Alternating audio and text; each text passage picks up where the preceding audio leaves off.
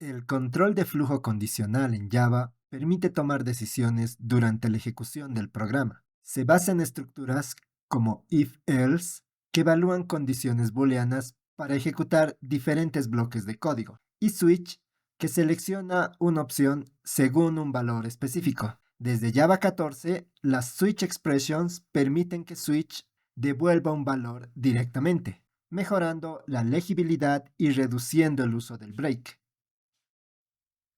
Veamos ahora la ejecución condicional de un algoritmo usando if-else. El bloque de código if es ejecutado cuando la expresión booleana produce true. En otro caso, el bloque else es ejecutado. En Java no existe un operador específico llamado else if, pero sí es posible anidar estructuras if-else dentro de otras. El control de flujo if-else nos permite ejecutar un bloque de código solo bajo ciertas circunstancias. Lo anteriormente mencionado se resume en los siguientes puntos de este slide. Veamos un par de ejemplos del uso de if-else. Para este ejemplo definimos dos variables a y b, a igual a 3 y b igual a 2. Definimos una sentencia if y lo que queremos evaluar es si a es mayor a b. Vamos a ejecutar el siguiente bloque de código. Decrementamos a e incrementamos b, ambos en una unidad. Ejecutando el programa obtenemos que a se ha reducido en una unidad y b se ha incrementado en una unidad. Esto porque evidentemente a era mayor a b. Entonces, el bloque de código definido en el if solo se ejecuta si se cumple la condición definida en el if, es decir, si el resultado de esta expresión booleana es true. Veamos ahora el uso del else, que se va a ejecutar cuando el resultado de la expresión booleana definida en el if es false. Para este ejemplo, si a no es mayor a b, queremos que el valor de la variable a sea 0 y el valor de la variable b sea 0. Para que la ejecución del programa se ejecute por el bloque de código else, asignamos a a el valor de 2 y a b el valor de 2. En este escenario, a no es mayor a b, por lo que obtenemos el resultado esperado, a igual a 0 y b igual a 0. Veamos ahora otro ejemplo en el cual definimos dos variables, x igual a 5 y y igual a 5. Para este ejemplo, en el bloque if definimos la expresión si x es mayor a y, decrementamos en una unidad x, y si la expresión booleana resultante definida en el if es false, queremos que se ejecute el siguiente bloque de código definido en el else. Al interior del else estamos anidando otra sentencia if-else. Para los valores x igual a 5 y y igual a 5, obviamente x no es mayor a y, por lo que se va a ejecutar el bloque de código definido en el else y se va a preguntar si x es menor a y. Evidentemente, 5 no es menor a 5, por lo que se va a ejecutar el bloque else del if-else anidado. Entonces, y se incrementa en una unidad, dándonos como resultado x igual a 5 y y igual a 6. No es una buena práctica tener mucho código anidado, por lo que debemos limitar su uso. Este código, definido en el bloque else, se lo puede mejorar utilizando un else if, dándonos como resultado la siguiente estructura. Esto quiere decir que si en nuestro bloque else tenemos un if, podemos usar directamente una sentencia else if, lo que produce el mismo resultado. Básicamente hemos eliminado un par de llaves en nuestro código original y formateando nuestro código tenemos un código un poco más legible y más ordenado. Veamos ahora el control de flujo switch. En este punto vamos a ver el control de flujo de un programa usando un switch clásico. La sentencia switch define una expresión. Esta expresión debe ser de uno de los siguientes tipos: byte, short, int, char, string o enum. Los labels deben ser del mismo tipo de la expresión. El flujo de ejecución pasa al case en la que el label coincide con el valor de la expresión. El flujo de ejecución continúa hasta que llega al final del switch o se encuentra una sentencia break. El uso de la sentencia break es opcional. Si la expresión del switch no coincide con ninguno de los case, se ejecuta la sentencia default. Esta sentencia no tiene por qué ser el último caso de la secuencia y es opcional. Lo anteriormente mencionado se resume en los siguientes puntos del slide. Veamos un ejemplo de cómo usar un switch clásico. Para este ejemplo definimos un método getAnimal al cual le pasamos un valor entero type y el objetivo es determinar, basado en el valor de type, un animal asociado a este valor. Para este ejemplo partimos de la estructura if, else, que básicamente evalúa si el tipo es igual a 0, asigna a la variable animal león. Caso contrario, evalúa si el tipo es igual a 1, asigna a la variable animal elefante. Si el tipo no es igual a 0 ni 1, evalúa si el tipo es igual a 2 o si es igual a 3. Si este es el caso, asigna a la variable animal lagarto. Si las anteriores condiciones no se cumplen, verifica si el tipo es igual a 4 y si esta condición se cumple, asigna a la variable animal cocodrilo. Este es un escenario en el que podemos usar, en lugar de una estructura if, else, un switch clásico. Cambiamos la anterior estructura por una estructura switch, que básicamente hace lo mismo que el código anteriormente definido. A la hora de usar un switch clásico, definimos la sentencia switch y la expresión a evaluar, en este caso type.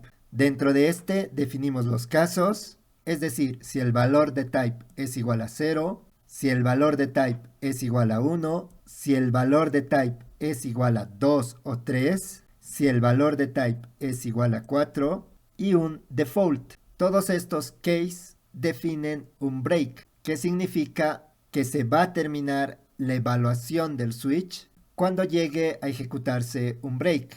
Ejecutemos nuestro programa pasando inicialmente un valor de 0 al método getAnimal, por lo que el esperado en este caso es león.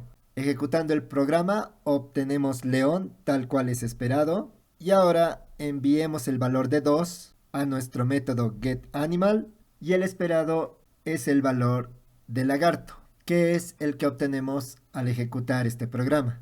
Un error típico que se comete a la hora de implementar un switch clásico es olvidar definir la sentencia break en alguno de nuestros cases. Por ejemplo, si olvidamos definir la sentencia break a la hora de asignar lagarto a nuestra variable animal, a la hora de ejecutar nuestro programa, en lugar de obtener lagarto, obtenemos cocodrilo. Esto porque el switch en este punto, al no tener un break, continúa con la ejecución del siguiente case. Para que esto sea más claro, veamos en consola el valor de animal para el caso 2 o 3 y ejecutando podemos observar que el flujo de ejecución ha pasado por el caso 2, 3, en el cual imprime el valor de animal como lagarto, pero continúa su ejecución hasta el siguiente case, asignando el valor de cocodrilo a la variable animal, que es el valor que obtenemos al final. Por lo que debemos tener cuidado de no olvidar las sentencias break cuando definimos un switch clásico.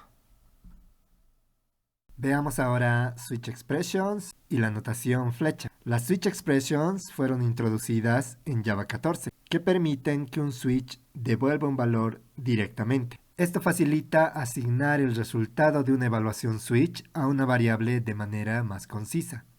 Con las expresiones switch se introdujo el operador flecha para simplificar la sintaxis. Veamos ahora un ejemplo de switch expressions.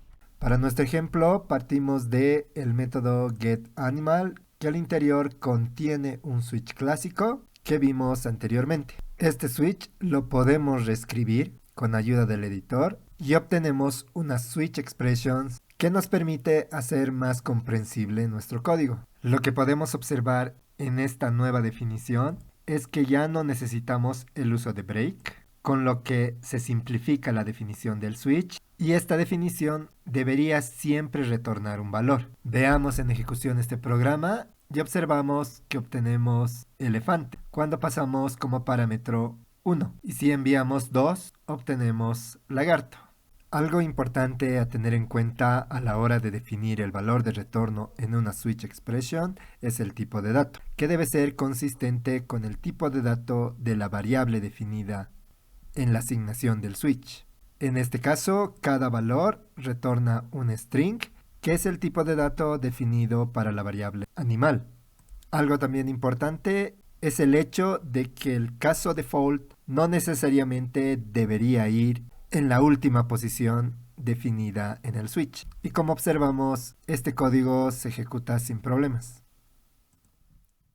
Veamos ahora el uso de yield en una switch expression. Cuando en un determinado caso tenemos varias sentencias a ejecutar y tras la ejecución de estas sentencias necesitamos devolver un valor, usamos yield. Veamos un ejemplo de esto. Para este ejemplo, definimos un método getAnimal, un switch expression, en la cual definimos una switch expression, similar al código que habíamos definido en el anterior ejemplo. La diferencia radica en que para el caso 1 estamos imprimiendo en consola el parámetro type para el animal y en lugar de devolver elefante estamos devolviendo Dumbo, haciendo uso del keyword yield. Si ejecutamos nuestro programa, observamos que se ha ejecutado las dos instrucciones definidas en el caso 1. Imprimir el parámetro type, en este caso 1, e imprimir el valor de Dumbo, cuando se evalúa el tipo asociado al caso 1. Si no incluyéramos el keyword yield, este código no compilaría. Por lo que yield nos ayuda a tener más de una línea en un caso o en un case y lo utilizamos para devolver un valor. Algo que también podemos tener definido en un case es lanzar una excepción. En este caso, cuando el valor de type es igual a 4, lanzamos la excepción unsupported value y observamos que en consola obtenemos la excepción esperada cuando recibimos el valor 4. Veamos ahora el uso de pattern matching. En esta imagen vemos un ejemplo de cómo definir un pattern matching, en el cual se define el tipo de dato a evaluar, la pattern variable y el guard. En este caso se está evaluando una variable toTest de tipo number en el switch y cuando la variable a evaluar es de tipo entero y el valor es mayor a 0 o es menor a 20, devolvemos 25 como valor de retorno. Si el guard no se cumpliera, se evalúa la siguiente expresión. En este caso se evalúa simplemente si la variable toTest es de tipo entero. En este caso se retorna el valor de 2. Y si el tipo de dato de la variable toTest es number, se retorna 10. Veamos ahora otro ejemplo, en este caso haciendo uso de pattern matching. Esta característica es nueva en Java 21 y ha sido extendida al switch. Lo primero que podemos observar en este ejemplo es que tenemos un parámetro de tipo number y nombre height, y en este caso observamos que la salida depende del tipo de dato de la variable switch. En este ejemplo, para cada caso definimos un tipo de dato consistente, en este primer ejemplo integer i, e imprimimos el valor de i. Como segundo caso, evaluamos si el tipo de dato es double e imprimimos el string precise más la variable d, definida en el case. Por último, definimos un caso, number n, y devolvemos como resultado unknown más la variable n. Para ejecutar este método printDetails, enviamos como parámetro el número 10 y obtenemos la ejecución del caso en el que el parámetro es un entero. Si enviamos como parámetro 10.5, obtenemos el string precise 10.5, que es el caso esperado cuando mandamos un tipo de dato double.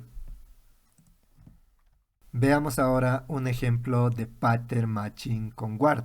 Para este ejemplo definimos un método getTrainer en el cual pasamos como parámetro una variable height de tipo number. Definimos el caso a evaluar. En este caso, si nuestra variable height es de tipo entero y el valor de esta es mayor a 10, devolvemos Joseph. En el caso en el que la variable height es de tipo entero y no es mayor a 10, imprimimos Daniel. Y en el caso de que la variable sea de tipo double y su valor sea menor o igual a 15.5, devolvemos Peter. Si no se cumple el guard, devolvemos Kelly. Y si la variable height es de tipo number, devolvemos Ralph. Veamos cómo funciona este programa. Inicialmente vamos a enviarle al método getTrainer el valor de 11, que es mayor a 10, por lo que estaríamos esperando Joseph como resultado. Y como segundo ejemplo, estamos mandando un valor double 10.5, que es menor a 15.5, por lo que esperamos como respuesta Peter. Ejecutando el programa obtenemos los resultados esperados, haciendo uso de pattern matching y definiendo los guards correspondientes. Y para nuestro primer ejemplo, en el que estamos pasando el valor de 7 como entero, obtenemos el string Daniel, ya que el primer guard no ha sido cumplido. En el segundo ejemplo, estamos enviando 25.5, por lo que este guard no ha sido cumplido, y al ser un valor double, obtenemos Kelly. Complementemos esto un poco más. Y algo interesante a la hora de usar pattern matching y switch es el tipo de dato a evaluar debe estar relacionado. Es decir, estamos evaluando la variable subpatrons de tipo number y los tipos de datos posibles a evaluar tienen que ser de tipo number. En este ejemplo, integer y double. Si ejecutamos nuestro programa, obtenemos el valor de welcome 1000, que es el caso definido en nuestro primer case. Si comentamos las dos líneas siguientes de nuestro primer case, observamos que tenemos un error en la compilación, indicándonos que nuestro switch no cubre todos los posibles valores de entrada. Si incluimos el caso para evaluar un double, vemos que aún no es suficiente, y con el caso default cubrimos todos los inputs posibles. Veamos un ejemplo más. En este caso definimos un switch evaluando una variable fish de tipo number, pero en este ejemplo tenemos un caso inconsistente, ya que la variable evaluar es de tipo number, pero estamos evaluando un caso string, por lo que este código no compila. Y obtenemos la excepción que nuestra variable number no puede ser convertida a un string. Veamos otro caso. Desde Java 21 ahora se soporta casos null. Añadimos un salto de línea y ejecutando nuestro programa obtenemos qué tipo de pescado eres tú cuando enviamos un null como valor en nuestra variable a evaluar en el switch. Como un resumen de switch expression, tenemos que las expresiones switch evalúan un único valor y pueden usarse en declaraciones. La sintaxis con flecha elimina la necesidad de usar un break, ya que cada case se asocia directamente con el valor a devolver. Permiten que el switch devuelva un resultado directamente, lo que facilita la asignación de su resultado a una variable. Y cuando se requiere ejecutar un bloque de código en un case, se utiliza el keyword yield para devolver un valor. Pattern matching permite que además de comparar valores simples, se puedan evaluar patrones o estructuras de datos dentro de la misma sentencia switch.